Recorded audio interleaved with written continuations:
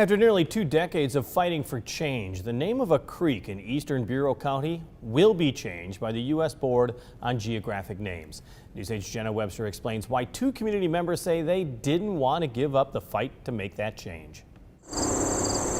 An 11-mile creek runs through Ladd and Depew, named Negro Creek for the first black settler in Depew in 1829. Back in the early 1800s, I understand that it was pretty complicated to have anything named after a black man.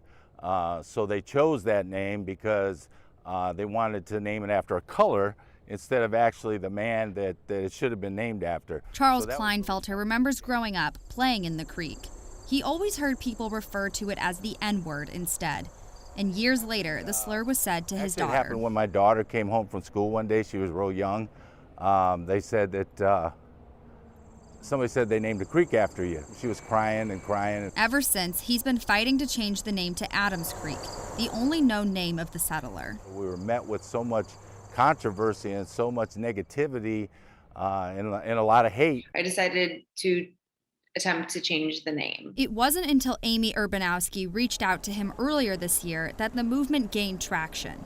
For her, it's about showing that words matter. We need to do a more sweeping overhaul in the United States of how we name things in the communities, because hearing those words really do trickle down to the youth, and we need to start filtering that out. And last week, they finally got the vote they've been waiting for. You want to see that feeling?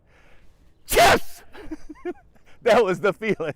The U.S. Board on Geographic Names voting unanimously to approve the change. If you feel that you should change something in history, you should take the opportunity to do it. In Ladd, Jenna Webster, WQAD News 8. New maps and a new plaque will now be reprinted to say Adams Creek. And Kleinfelter says next they're hoping to find some of Adams' relatives to invite them to a dedication ceremony for the new name.